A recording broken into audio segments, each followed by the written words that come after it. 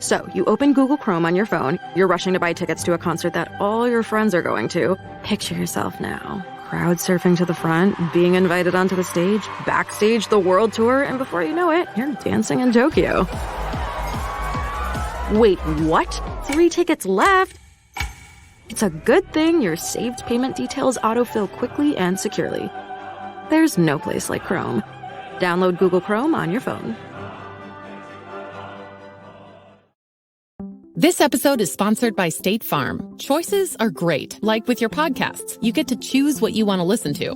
And State Farm believes insurance should work the same way. That's why the State Farm Personal Price Plan helps you get the coverage you want at an affordable price and a policy that helps cover what you value most. Like a good neighbor, State Farm is there. Call or go to statefarm.com today to create your State Farm Personal Price Plan. Prices vary by state. Options selected by customer. Availability and eligibility may vary.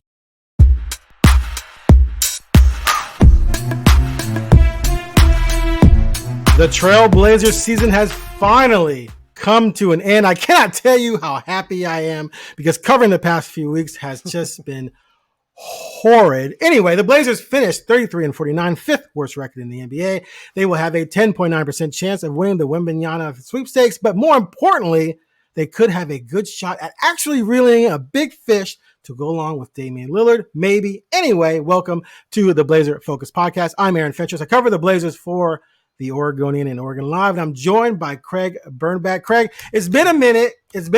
I just had nothing to talk about last week with the tanking going on. There was just nothing to talk. We're going to talk about Skylar Mays. If he makes a summer league team, we'll talk about that. We're going to talk about Jonathan Williams. If they keep him, I think they signed him just to trade that contract. Maybe if they keep him, we'll talk about him later. How many times are we going to talk about Sharpe putting up 25 against? While losing by 25. So I just boycotted last week. I was in complete, let's just get to the end of the season mode. And it came Sunday. I'm so happy. I'm rejuvenated because now we can talk about what should be an eventful offseason. Woo! It better be. It better be. There's a lot on the table coming into this summer. So let's just jump right into this. We have a ton of topics here. Let's start with this. Your optimism, moving forward with this team. Clearly, last year, Jerami Grant was like a given. We all knew Grant was coming. They went out and got him. I asked Lillard, are there dudes out there that want to come here like Grant that maybe you feel you guys have a great chance to get? He said there's some needle movers out there that want to come to Portland. It's just a matter of making it happen. Does that give you hope, Craig? So I have less hope after listening to Damian Lillard. Than I did before, because I'm just being honest. Like, he seemed to kind of say like, yeah, there's a chance and I'm hoping, but you don't know. He didn't say he didn't have confidence in people, but he certainly, I've heard him sound more optimistic. Well, okay, he did make the statement that in the past I've been super optimistic thinking this is going to happen. He's experienced disappointment, so now he kind of has a different feel. He's less emotional about things. He's more matter of fact about things. But if he truly has a list of a few guys who say, oh, yeah, I want to come to Portland, then it's up to management to make that happen, which could mean overpaying, which we'll get to later. So if there are dudes out there, I brought up Grant, like I'm talking about like the Grant thing where Grant was like a given that was pretty much going to happen. Mm-hmm. And so basically to me, he's saying now we got to go out there and make it happen. But I feel good that he feels like there's guys who want to come here. Yeah, I guess I've never, and you know this, I've never doubted that. I've never doubted that if you make the situation, the right situation, players will come, because I look at life covering sports in two different worlds, right? The one where I've spent a lot of time here in this small market where people say, it's hard to win in Portland. You can only win in big cities, while my other team in the NBA. Okay, but just because you're a big city doesn't guarantee you're going to win, but it can help the cause. No, but I'm just saying, like, when you look at the winners in my lifetime, I can claim as many. The Spurs have been a dominant force. Milwaukee just won a title. It's not like the Bulls haven't. The Bulls haven't been relevant for a while. Chicago and New York are pretty. New York has two teams that have been garbage for forever, and Chicago hasn't been there. So I've never believe that you can't make it happen in Portland. and they were really close. I mean, and that's the part I kind of was looking back while listening to all the exit interviews yesterday. And I was kind of looking back to when I got here in 2007 and then thinking about those early years and how optimistic people were. And then when Lillard got here and you had, LaMarcus and him and they were just felt like they were one piece away. They were one piece away. And now I look at it and they're not one piece away. So I have less optimism after feeling that vibe, what Damian Lillard described, which is he's not going to be that emotional. I felt like there's a part of him that has said, yeah, I don't know if it's going to happen here. And so, okay. I'm not super optimistic. So first, that's the answer. Counter what you just said, which is I'm offended by. All right. Oh boy, I offended you? Whoa! I don't think I said anything offensive, just man. Come on. My sense of logic. Okay. Okay. The idea that big cities or big markets have the advantage does not guarantee that a big market is going to succeed. The advantage comes in the ability to attract free agents to top off a championship proposition. So the Knicks have not drafted very well. So they haven't really had a dude that people want to go play for. The Bulls have not drafted really well, so they haven't had the lure, right? LA actually drafted pretty well enough to go get LeBron to come there and then trade those picks to get Davis, right? If Damian Lillard played in New York or Chicago, guys would be tripping over themselves to get to Chicago and New York to play with Damian Lillard. As a matter of fact, if Damian were in New York, Durant would have gone to New York. He wouldn't have gone to Brooklyn to play with Kyrie. He would have gone to the Knicks. So the Blazers have the attractive player, but people don't want to come to Portland. You bring up the Bucks. Yes. The Bucks drafted Giannis. They made a great trade for a Middleton, right, who was averaging 6 points per game. That was a genius trade, but they didn't go out and lure Giannis, or they got lucky and drafted him, right? The Spurs, come on, the Spurs drafted Duncan. People say, oh, smart. Yeah, you can do it if you draft a megastar like Duncan and Giannis. Dame's not on that level. No offense. He's just not. So that's just different. So yeah, a small market can do it through the draft. What they can't do or haven't proven they can do is go out and get a big fish to come to a small market to top off a title team. That's what we're not seeing in the NBA. Now, what that leaves us with is a situation where Damian Lillard is an attractive guy to play for, but just not in Portland. If he was somewhere else, done deal a long time ago, I believe. Now, this summer, can they change that narrative via trade? And the trade has to be for a guy that is either under contract for 3 or 4 more years or is going to resign here. Otherwise, you're screwed. So that's why I do think the market absolutely 100% matters. Because if players have choices, they're going to go like Durant did. He went to play with dysfunctional Kyrie instead of coming here. And then he went to jump the bandwagon in Phoenix instead of coming here. Whereas as far as I'm concerned, when I'm Kevin Durant, I'm leaving Golden State and I have a choice between Kyrie and Damian Lillard. Are you kidding me? Who picks Kyrie Irving? Someone who wants to be in Brooklyn. That's who. Not someone who wants to come to Portland. Anyway, so forget about that. So you don't sound very optimistic they can make something happen. And you know what? I agree. I am not going to believe for 1 second that they're going to do something the franchise has never, ever done. That said, they do have enough assets to make it happen, I think, with the lottery pick, with the development of Sharpe, which could be huge, and then having that next pick. So do you at least feel like they have the assets to make something happen if someone truly is available?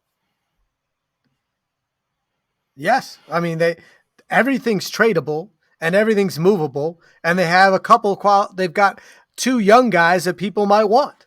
So yes, but everything's got it. Like you said, it's never happened before because everything has to go perfect here.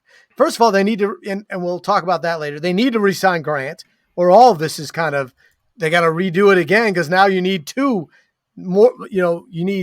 First of all, you need 3 starters right now, probably that you got to get. You probably have 3 if you're keeping Nurk or Simons. You probably can't keep both. And maybe you have Sharpe. But I'm just saying you have a lot of parts you have to fill. And the first thing you got to do is make sure you re-sign Grant and then move from there. But yeah, they have the parts, but it's going to have to take something perfect. And people are going to really need to want what you have. And that's the weird thing, that the combination that they have of players, they don't have much more on the team other than Sharpe and Simons, in my opinion, that a team would want. So it feels to me, though, if you've got these young players, you have the draft picks and these two young players, you're going to have to find a team that's really ready to rebuild, because those assets are all young. And you're going to try to get an all-star from that team. Well, not a ton of teams, when you look at it, have that combination of a, first team All-NBA or second team All-NBA player that's looking for a complete rebuild. True. I mean, I look at your Bulls. There might be a chance if they get eliminated that you want to start over and give up Levine, and that's a possibility. Interesting. If I'm a Dame Levine Grant, well, I mean, he's a 3 and they don't have one. He's a 2. He's a 2. It's like 6'5". You think so? All right, he can barely defend a 2. I wouldn't want him on a 3. Well, no one can defend on this team, so you don't have to worry about but that. That's a fair example. If I'm just saying, and then the other thing you're everyone's hoping for is that the Celtics will blow up and lose in the first round of the Heat, which you should root for that, and that Jaylen Brown becomes available. But why would I don't know. Like I guess there's a fit there, but those are the hopes. But again, I go with the Fentress. You've taught me one thing. You've taught me one thing.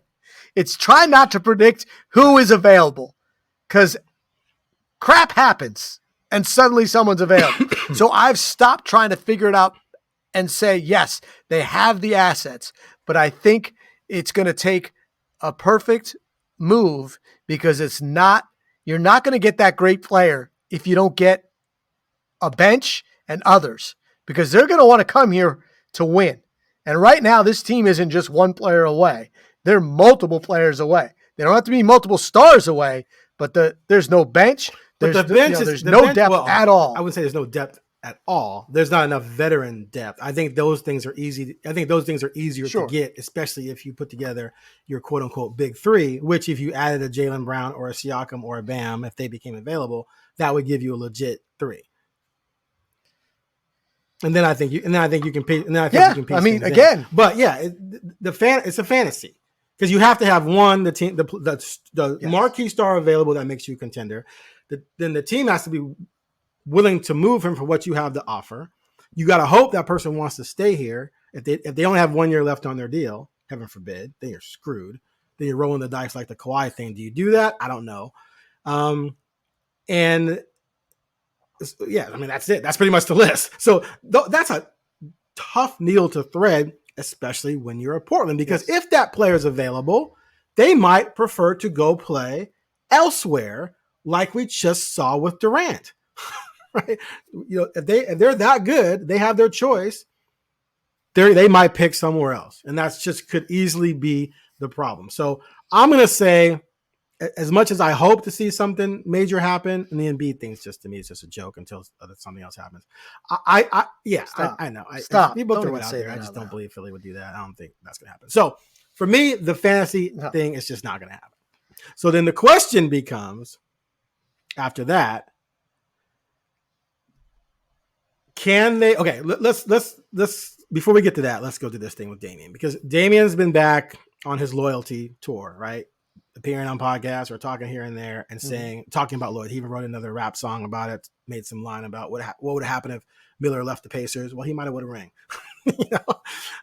If Damian is cool with just riding out what happens, whatever happens, and if he never makes the finals, more power to him. I would hate to see that, because I want to see him on that stage, but that's his choice. And I would never begrudge him for that, because that's his choice. It was Reggie Miller's choice. It was Ewing's choice to stay. It was Dominique Wilkins' choice to stay. Karl Malone and Stockton. I mean, Malone left really, really late, but in their prime, I'm talking about staying. And so that's their choice. So I asked Cronin point blank, like, are you coming into this summer feeling some trepidation that you have to make something happen, or the loyalty component could go away? And he said that he's not thinking that way, that Dame's committed as far as he knows. They're trying to do whatever they can to make something happen. But that window, like, he's going to be 33 this summer. Then he's going to be 34 next summer. 34, 35-year-old guards, things become extremely iffy. Allen Iverson went over the cliff. Kobe, Jordan retired at 34. Clearly he wasn't done, but he clearly slowed down a little bit. So heaven forbid Dame has a serious injury, then that accelerates the decline, right? So for me, it's like, you got to do it this summer. You can't say, oh, we're going to make a move in 2024. Really? So he said, though, he's not thinking of it that way because he's not going to worry about that part with Dame unless it changes. Once it changes, then he'll worry about that, but he's not thinking like that. I think they absolutely have to think like that. What do you think? Yeah, well, Dame said it. He said, "I'm not interested in players that are ready 2 and 3 years." But even not the young component. Like, they could just make one tweak this summer and then hope to do something else next summer. And do you think Dame really was going to ride that out, or do you think that they need to push all their chips in? Like he said there at the trade deadline, we're going to put all our chips in. To me, you go out there with every chip you have and you're going to overpay like a mother. And what's going to happen is they're going to make a trade for somebody, and the Blazers fans who've been crying for a trade for 50 years are going to go, we overpaid. We never should have thrown, right? It doesn't matter. You got to put it all in, because I just don't buy for a second that Dame's going to run this back. So I don't know if he is or he isn't, but all the things that you said doesn't matter. Like, you've got a window to win a championship. It's 2 years.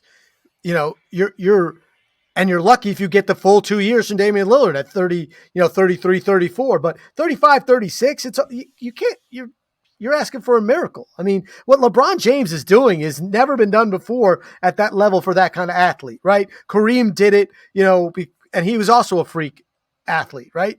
So you've got 2 years, because I don't know if you could do it all in 1 year. I think you can go big and get close, but you probably need 2 years to get, if you're going to win a championship, if everything works out right. So Dame, spelled it out every way. He said it over and over again. He wants to win a championship and he's loyal. Two things can be true at the same time.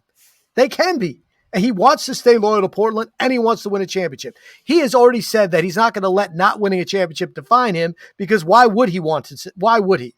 He's had an amazing career as potentially, debatably the greatest Blazer of all time, but he's the all-time leading scorer. But this is it. You've got to go. You got to go, because you have to fill roster spots also. Okay, you can't play with what you got.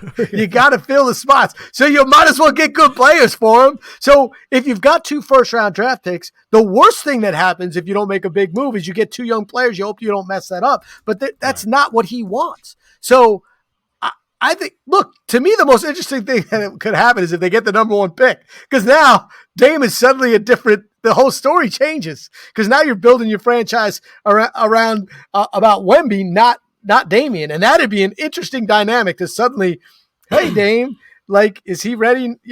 We're not trading this pick. So let's hope he's ready fast. And maybe he will be. Is all he's cracked up to be, then I think Dame is like, oh, we just got a star. Like, I think you can't count him as Embiid or Jaylen Brown, because he's 19 and weighs like $120. But you can still count him as a pretty significant part, I think, because he's so unique. He's going to be better than Sharpe was his rookie year. I think that's a given. Dude's been playing in France against adults. So to me, that's okay. We got a star. Now, can we still make a trade with Ant, the other pick, and Sharpe, some combination to go get another dude, whether it's OG or Brown, or if he becomes available, or Siakam? Because then now you're like, okay, it's on. So I think number 1 pick, I think he'd be cool with that. I don't think that bothers him. But yeah, if they pick 5th or 6th and they draft another Sharpe, oh, I don't think it'll bother him. I think he'd accept weird. That, though. It'll be a different dynamic than everything else we're talking about. That's the only thing that changes the dynamic. I don't even think the number 2 pick changes the dynamic, even though there's a lot of hype for Scooter Henderson. I just think that it'll change the dynamic, because now suddenly you have 2 opposite ends of the spectrum. You got a teenager who's potentially a franchise changing, player, a unicorn of unicorns, because we've used unicorn too many times, and I don't have another magical beast, so I'll just stick with unicorn of unicorn. And then and an aging all-star, and you smash them together and hope that somehow it works. But in the end, if you're Joe Cronin and the Blazers, you're like, okay, we got a 10-year runway now. Suddenly our runway is different. So that's the only reason why I bring that up. But yeah, they got to go for it. They can't do.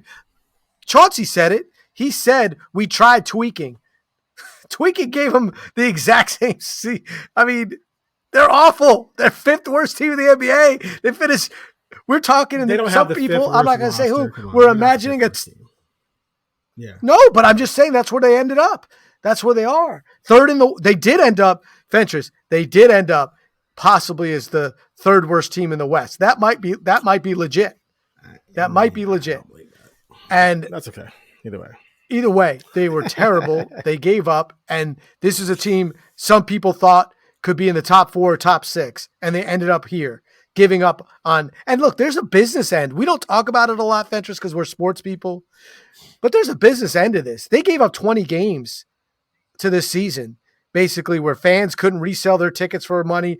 Sponsors weren't getting their full benefit of why they put money into 20? to be a sponsor for the team. They went 2-15 in the last 17 A lot of games. those were on the road games. I think it's fair to say that. Yeah. Right. Okay.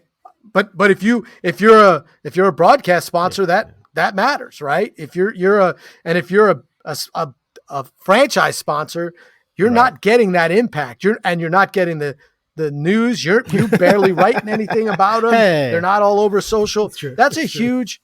And if you're selling tickets, for next year, they're not knocking. You're knocking on their door.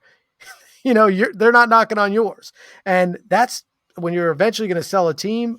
And even if you're not, you're trying to make money, and the people that are surrounding the franchise want this team to be relevant and not basically kiss away 2 seasons in a row. That's not that you can't.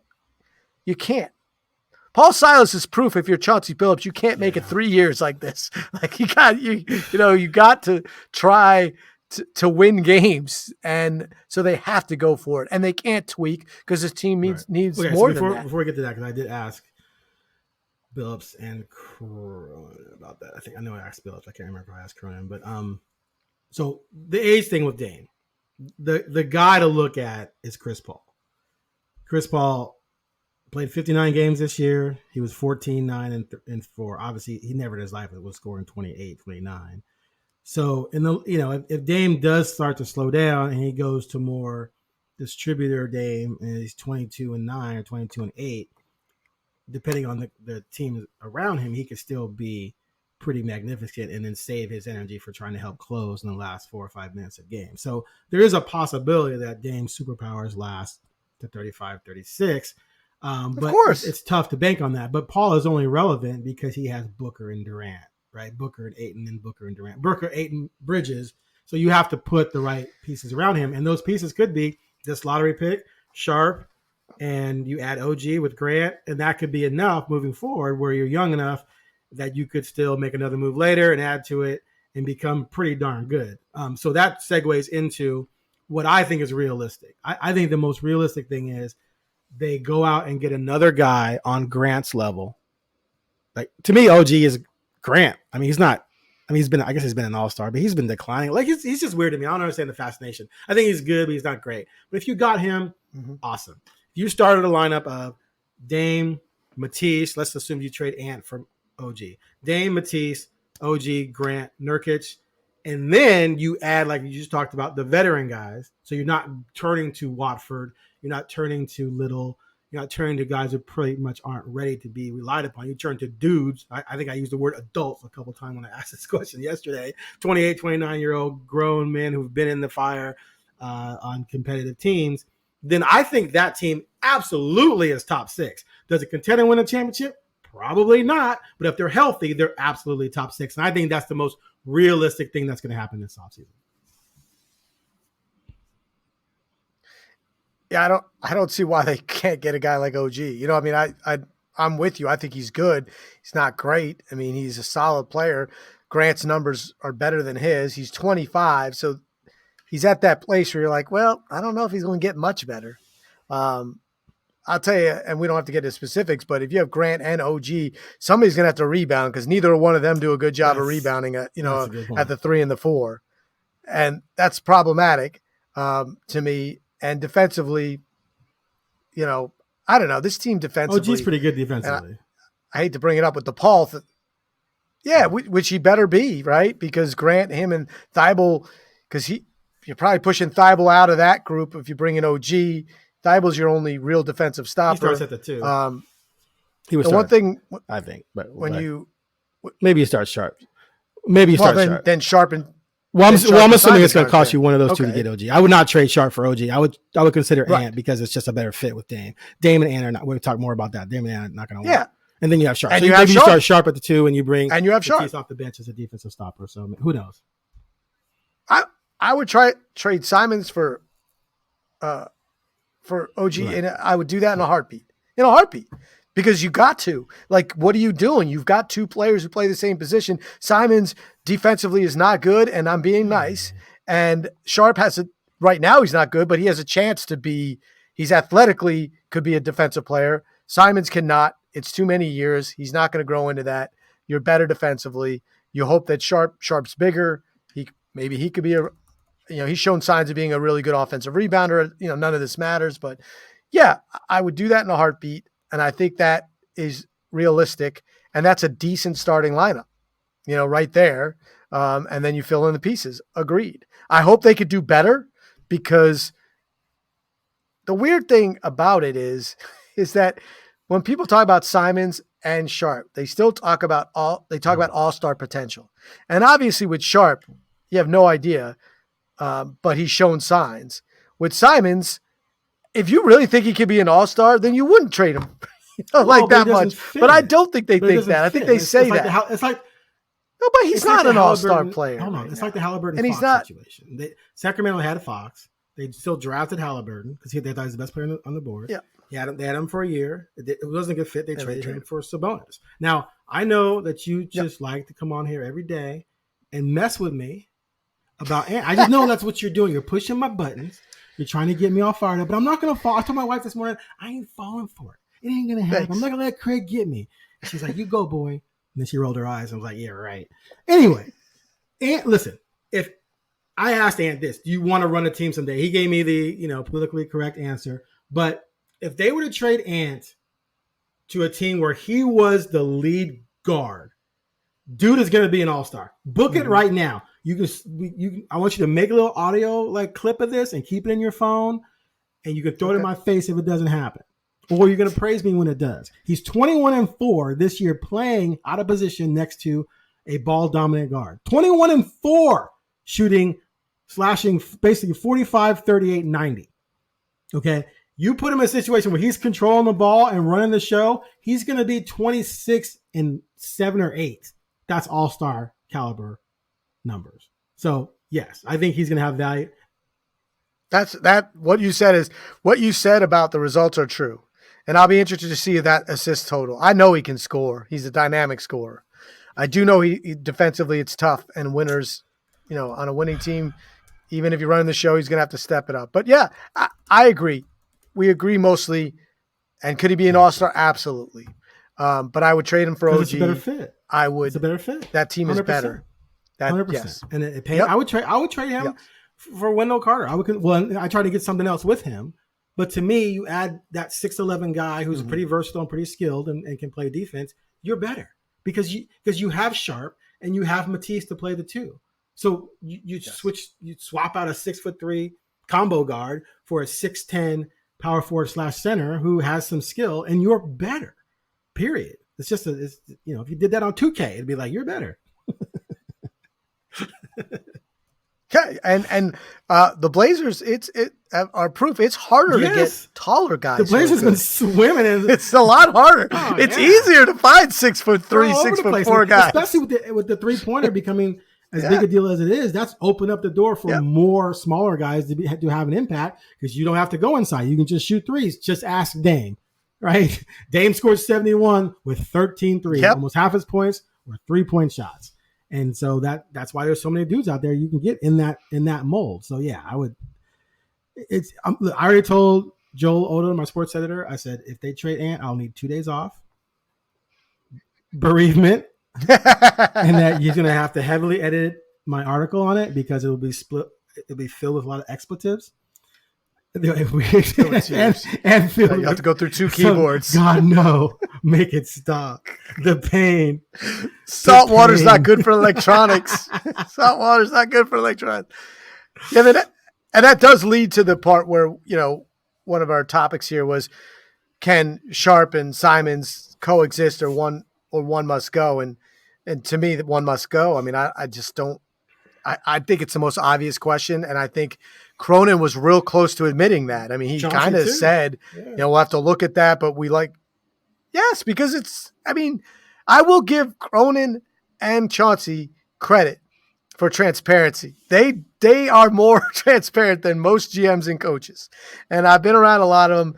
I mean, and I've liked a lot of them, but Stotts would never have admitted that close. He wouldn't have said, our lineup and fit. And cause he didn't with CJ and Dame, he said forever that those two shouldn't break them Neil up. Tried to, and Neil we know tried to O'Shea sell wouldn't us say on Dame, anything. CJ and Powell working. And the whole time I'm just like, dude. Yes. Well, it wasn't terrible. To be honest, it wasn't terrible.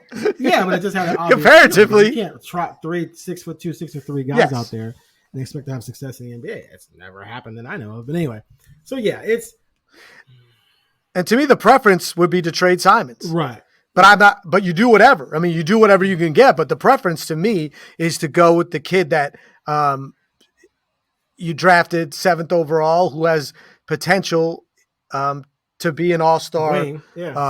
And again, not taking credit away from Simons, but you know what I mean? Like that as no question. Because he's taller, he's going to be bigger, he's going to fill out more, and he's, as athletic as Anfernee is, Sharpe's a better prospect. I don't deny that at all. And there's a chance he could play defense. Exactly. Yeah. And that's huge. Like, people ignore that. You were talking about the Chris Paul, Damian Lillard thing and looking at numbers, but Chris Paul is one of the greatest defenders that's ever lived. And yes, he's not what he once was, but he's still better than Dame on defense. And we always ignore the other end of the court. And we, not always, but it's easy to do numbers for the offensive end. But this Blazer team now has not had offensive issues. That's not why they haven't won a title. It's not why CJ and Dame didn't win a title because they couldn't score enough points. It's because they couldn't defend when it matters most. And at times it's hard to get your offense when you're all small, but that's, the other end of the court matters a lot. And Giannis is Giannis, and the Bucks won a championship because their ability to play defense at times when it matters. And LeBron James is one of the greatest players of all time because of what Giannis, he does on both ends of the court. Holiday, Michael, same thing. Middleton, Scotty. I mean, defense matters. You're right. Okay, so a lot of people seem to be on this tip that Shaedon's defeat going to start next year at the 2, and how do you keep him and Ant? What happens there? I think Ant beats Shaedon out. I don't think Shaedon's ready to start personally. I think if Shaedon's the starting 2 guard, I don't even know if Dame wants that.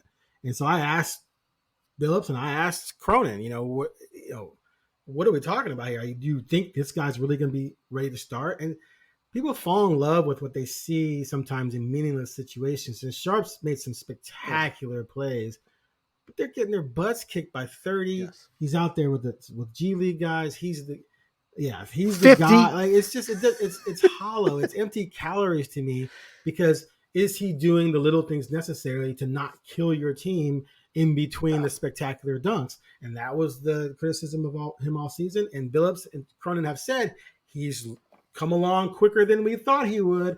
They said that this summer is going to be huge for him. He still has a long ways to go before you say he's our starting 2 guard for 34 minutes a night. So to me, if Ant's gone, you need to get someone else you can start there. Or if you start Sharpe, he's got a short leash.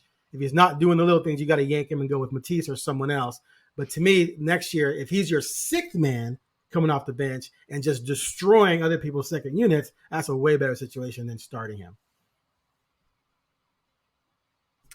Well, I always go with the starting and ending. The minutes is what matters, right? In the end, he's going to play 25 minutes a game. Yeah. You would think, even if on a good team, no matter what. But of course, you said it. They need adults. They need other vets, and that includes guys that play the 2. Now, Thibault is a guy who plays the 2 and is a grown up and can play on one end of the court really well. So I think you already have the Sharpe Thibault situation at the 2. Like, that's one of the least of my worries. It's the other ones that I'm worried about before I figure that out, because I know that I could start Thibault and he could be the guy that starts and plays 18 minutes, and he might be play the first 5 and the last 5. And that's what's going to matter, because we've seen that the defensive, and you get in the NBA, you get to do offense, defense a lot. So I don't worry about that part of whether he has to start or he doesn't, because to me, if you keep Thibault, that's the one place that you have that. To me, it's worrying about the 5, the 4, and a dynamic player. Look, the way Sharpe, the NBA's guys get really good really fast. So it wouldn't shock me to see him come back and be a guy that plays 30 minutes a night. It wouldn't shock me. Do I think you should count on it? No. Would it be surprising for him to get 30 minutes a night on a title contender? Yeah, but we've seen it. He's the 7th overall pick. You know what I mean? Like Nurkic, John Morant. I mean, there's so many guys that just boom. Kevin Durant, guys can do it. And he has those kind of skills. So I'm not that worried about it. I get where you're at on that. I'm just more concerned with everything else. And I'm concerned about trading Sharpe and it coming back to bite you. I think you have to do it. I think you have to do it because of what you've established and what you've agreed to with Lillard. But gosh, I do worry about that. You have to be willing to live with the consequences of watching a player you trade, either the pick or Sharpe, watching them thrive down the line. And with Sharpe, there's the deal has to be we're trading Sharpe in a package that gets us a guy that automatically we're top 3 in the West, automatically. And so that to me, that's only Embiid, that's only maybe Siakam, that's only Bam if he became available, that's only Jaylen Brown. I mean, who else? We could go through the entire NBA. I mean, if it was Devin Booker, yes. If it was a bunch of different guys, but it has to be that kind of dude, a multiple-time All-Star. It's not OG, it's not Tyler Hero, it's not guys like that who would be nice acquisitions, but not for Shaedon Sharpe, because yes, that would come back to bite you in the butt as badly as the Jermaine deal for Dale Davis. Was it Dale Davis? It was one of the Davis. Dale Davis, right? Yeah, because Ed Davis was later. Yeah, the Dale Davis thing, which to me, I mean, at the time, I was like, wait a minute. He's the Shaq. You're getting him to help against Shaq? That's your plan? And then Jermaine goes on to be, a 6 or 7-time All-Star? That killed. This could kill even worse if you make some stupid move like that. So, yeah, it has to be a can't miss situation where it's like, oh, yeah, we're contenders now. Yeah, I mean, I think Sharpe Brown makes sense because Brown is what you hope. He's right there. You know what Brown is. I mean, that's an all-star in the West or close, and Sharpe still has to get there. But, yeah, I mean, I wouldn't do it for OG because I'm like, I'd give you Simons for him.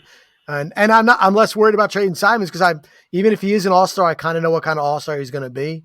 And while it's good and it's impressive, it's not, crush my soul kind of, goodness where Sharpe has that potential to be that at his age. Right. 6'2", 6'3" guards. So I agree with that. Good numbers are plentiful. Yeah. 6'5", 6'5". Yeah, especially ones that can't play D.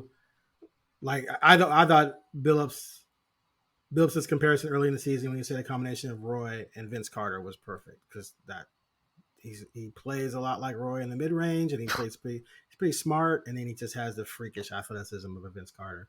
And so if you have someone like that and you don't get back a Jaylen Brown type or someone like that, you're gonna feel pretty stupid pretty quickly. Because let's hope he has Carter's knees. Yeah. Let's hope he has Carter's knees. Exactly. Okay, let's get to Grant. Grant says he wants to return. Dame says he expects him to be back. Cronin says he expects there to be movement on that and that to happen. Where are you percentage-wise on that getting done? I mean, I guess I'm at 80%. It gets done. I mean, I why would they say what they say? But we also know things could go awry, and we don't know what Grant seems like a pretty straight-up guy. Cronin being as confident as he is. Grant didn't come here for 1 year. It didn't go great for the team, but he seemed, especially earlier in the year, it seemed to fit his game.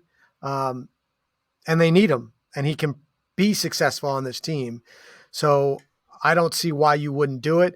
I do, you're going to have to overpay. I mean, I know you got that underlined on a little list here. They're going to have to overpay for Grant because he might get $30 million. I don't know. Always what people are worth. We always talk about it's what will your team pay for you.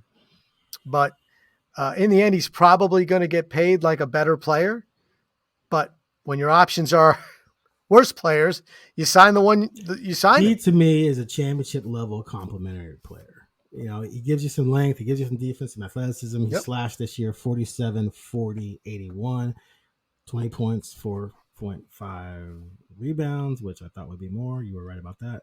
2 assists. If he's your second best player, you're not contending. If he's your third best player, you got a shot. Right? You're like, if that's your third best player, you're looking pretty good. They cannot, under any circumstances, let him get away. That would just, because now you got to replace him and still go get another major piece. And they've never gotten one all-star caliber piece. Are they going to get an all-star caliber piece and another guy like Grant in the same offseason? I don't see that happening. And you lose him for nothing unless you did a sign and trade. Then maybe you could get some assets, but usually sign and trades don't net you anything worth a damn.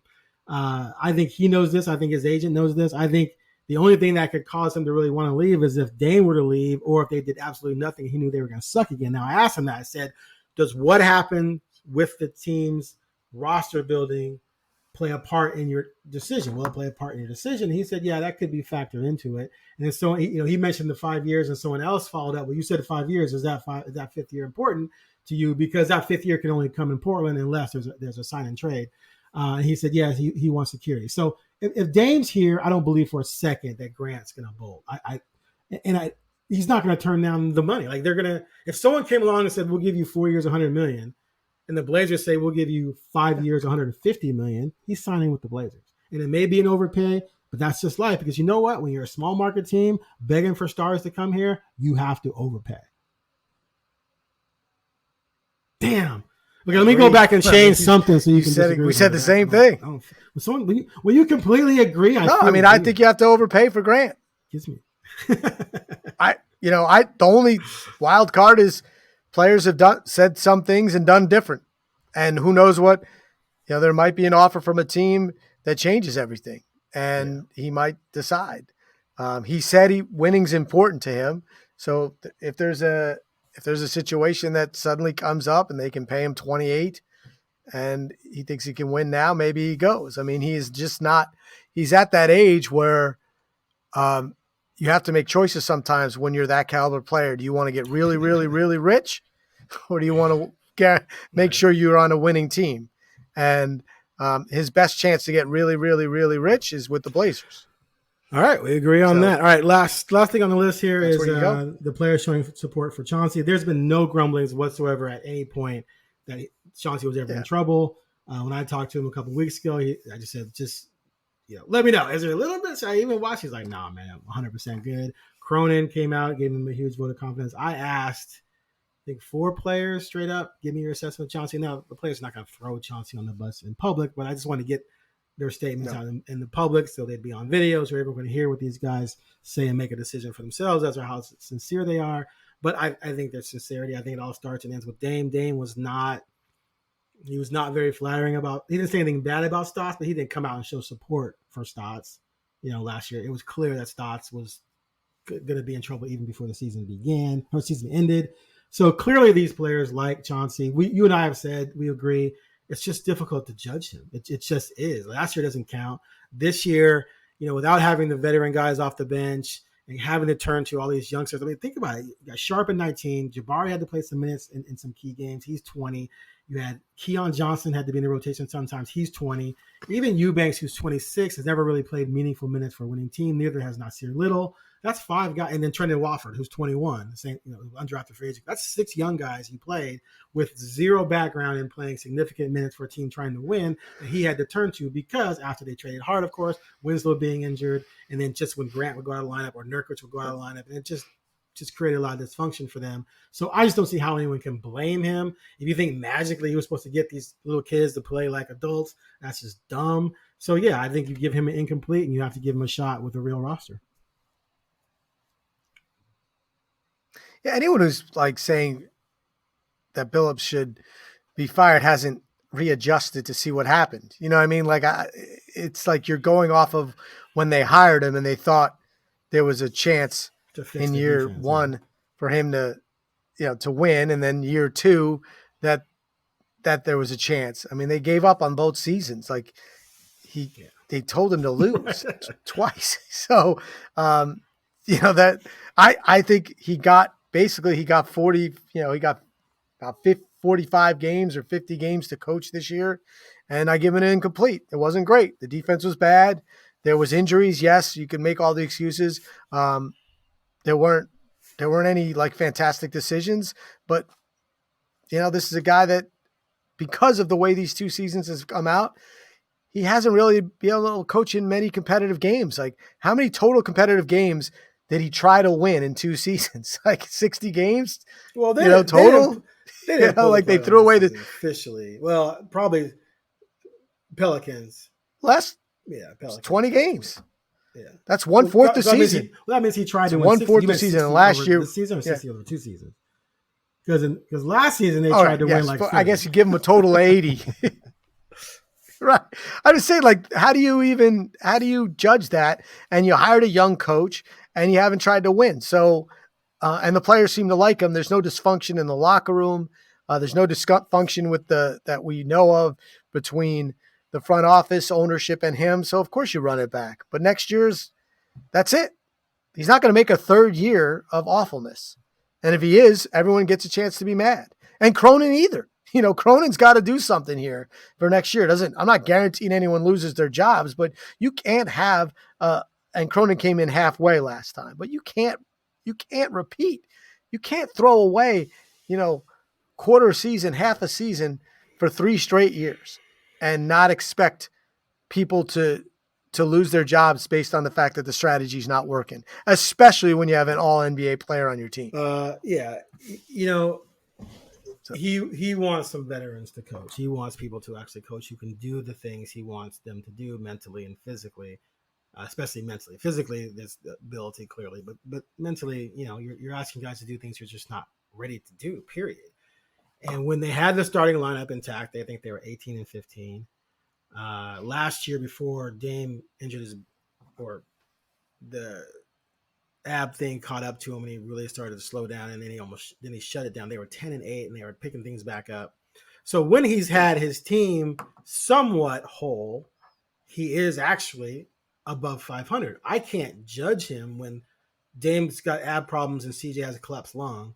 And then a month later, Dame shuts it down, and you're like, I can't judge him from that point on. And then this year, I mean, you can make the argument if you want that it's his job to get those young players ready to fill in. That's fine. But there were some games when you looked out there, because you can't play your starters 40 minutes every night, where he had to roll for some stretches with Sharpe, Watford, and Jabari Walker out there at the same time. That's 19, 20, 21. Who are you beating with that? Unless it's 19-year-old LeBron, 20-year-old Magic Johnson, and 21-year-old, like you're just not. I mean, come on. What? You agreeing? Two. I mean, okay. You don't even have to argue that. 2 of those players are not even first round draft picks. They're not even. We don't even know if they're good. We don't even know if they're good. The defense. Now, you brought the defense. That's fair. But when they had their top 6, counting Winslow, the defense was not bad at all. At one point, they were in the top 10. Then they hovered sort of in the middle of the teens.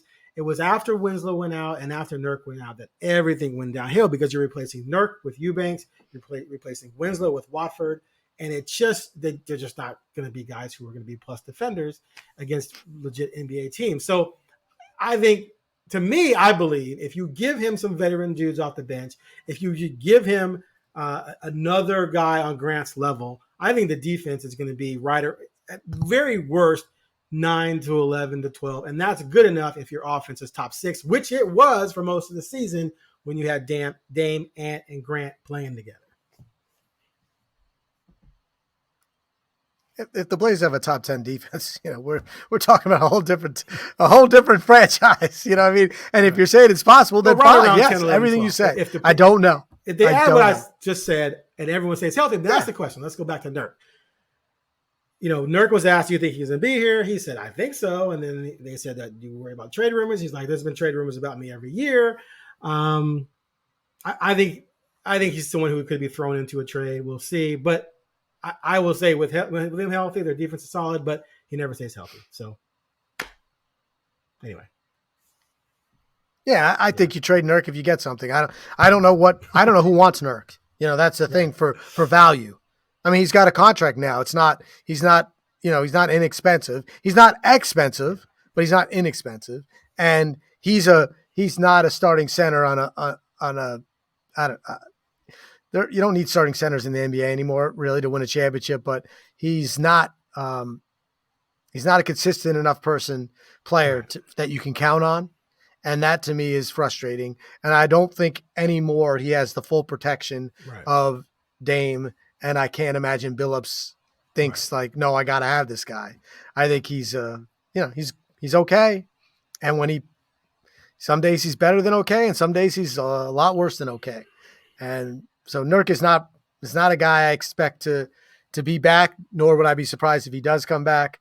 And I also don't think he's a big piece of a trade. I think he's a part of it. Okay. All right, man, we went about 50 minutes. Yep. Good job, Craig. We covered a lot of ground. It's going to be a very interesting offseason, to say the least. We guys, have you done your draft homework yet? Have you started on that? Yeah. All that matters is one. If they get one, they keep it. They trade. So Wemby's the only one I've scouted. He's good. I've heard good things. Well, I promise for the next podcast, I will have something to say about the top 10 picks in the draft, I promise, and we'll start diving into that on the Blazer Focus podcast. Thanks for joining us. Please click the subscribe button and give us a positive rating. We would appreciate it. And off-season is here. The off-season is here, sorry. I'm excited. The season's over, and I'm looking forward to an interesting next few months. Thanks for listening.